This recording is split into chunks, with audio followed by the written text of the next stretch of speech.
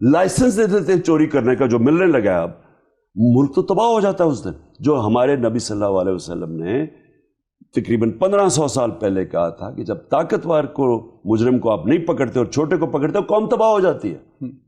اچھا, لیکن یہاں صاحب وہ ایک سسٹم کھڑا کرتے چلے جا رہے ہیں. آپ نیشنل اسمبلی سے باہر ہیں لیکن آپ پنجاب اسمبلی کے ممبر ہیں, آپ لوگ آپ کی خیبر پختونخوا میں گورنمنٹ ہے, آپ آزاد کشمیر میں ہیں, آپ جی بی میں ہیں اور آپ سینٹ میں.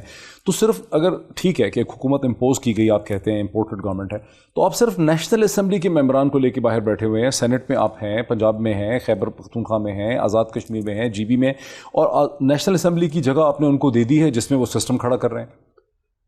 فائدہ کیا ہوا؟ دو سسٹم تو چھوڑے نا, یا ہم یہ ساری سازش ایکسیپٹ کر جائیں کہ باہر سے ڈونلڈ لو بیٹھ کے حکم دیتا ہے پاکستان ایمبیسڈر کو کہ پرائم منسٹر کو ہٹاؤ, اور جو اس کو پتا تھا کہ کس نے آنا ہے, ریپلیس کرنا ہے, کیونکہ پھر معاف کر دیں گے, مطلب کہ شہباز شریف تو یہ معاف ہو جائے گا کیونکہ اگر تو یہ تو پہلے سے سیٹ اپ تھا نا. لیکن اس سے بڑی چیز کہ ان کو سزا ہونے لگی تھی باپ بیٹے کو ایف آئی اے کیس میں.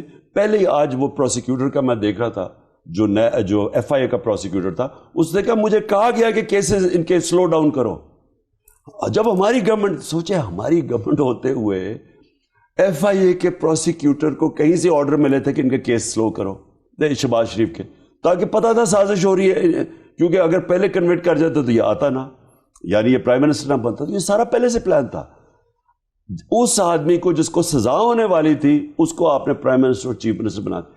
اگر ہم اس کو ایکسیپٹ کر جاتے ہیں نیشنل اسمبلی کو, اگر ہم اس کو باقی جگہوں پہ تو ایکسیپٹ کیا ہے نا آپ نے, باقی تو ہماری گورنمنٹس ہے نا, باقی تو 2 جگہ ہماری, صرف پنجاب کا ہے. اب پنجاب کا کیس پھنسا ہوا, پنجاب میں سب کچھ انلیگل ہو رہا ہے. مجھے یہ بتائیں کہ جب سپریم کورٹ کی رولنگ آ گئی کہ ان کی ووٹ ہی کاؤنٹ نہیں کرتی, تو پنجاب گورنمنٹ تو گر گئی, ان کی تو میجورٹی نہیں ہے. لیکن یہ بھی تنقید ہو رہی ہے خود حلقوں سے کہ کیا وجہ ہے کہ پنجاب جہاں بہت فرجائل سچویشن ہے, اور شہباز شریف جس کو 1 یا 2 ووٹوں کی اکثریت ہے, دونوں جگہوں پہ آپ کے پاس کوئی پولیٹیکل اور لیگل اسٹریٹجی نہیں ہے, آپ صرف لانگ مارچ پہ ریلائی کر رہے ہیں. دیکھیے, جو پروٹیسٹ ہوتا ہے نا, یہ تو اللہ کا حکم ہے. نا انصافی کے خلاف آواز بلند کرنا جہاد, یہ اللہ کا حکم ہے, یہ تو چلے گا. جو پنجاب کے اندر چل رہی ہے اس وقت کے, وہ بالکل آپ بات ٹھیک کہہ رہے ہیں کہ لیکن وہ عدالت اب لے کے بیٹھ گئی. وہ تو بہت لمبا کر دیا. میں یہی کہہ رہا ہوں نا, اب آپ خود ہی سوچ لیں کہ کیا اب عدالتوں کی طرف قوم دیکھ رہی ہے. جب سپریم کورٹ کا فیصلہ آ گیا ہے, عدالت فیصلہ کرے, کیونکہ ان کی گورنمنٹ اسی دن گر جائے گی. اچھا, وہ کیس وہاں پھنسا ہوا ہے.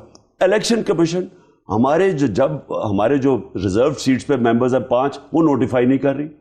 انتظار کر رہے ہیں کہ کسی طرح اس کو موقع ملے کہ کسی طرح. آپ کے پاس کوئی اسٹرانگ لیگل ٹیم نہیں ہے جو ان چیزوں کو پش کر سکے. ہمارا ہے علی ظفر, آج یا کل, میرے خیال میں کل کیس وہ اس کا اپنی آرگیومنٹ کنکلوڈ کر دیں گے.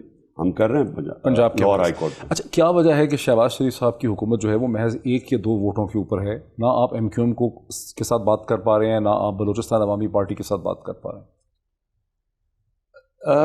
1 ووٹ کی تو حکومت ہے, اس میں کوئی شک نہیں ہے, اور آپ ٹھیک کہہ رہے ہیں. لیکن اس کے اوپر بھی اسٹریٹجی بن رہی ہے.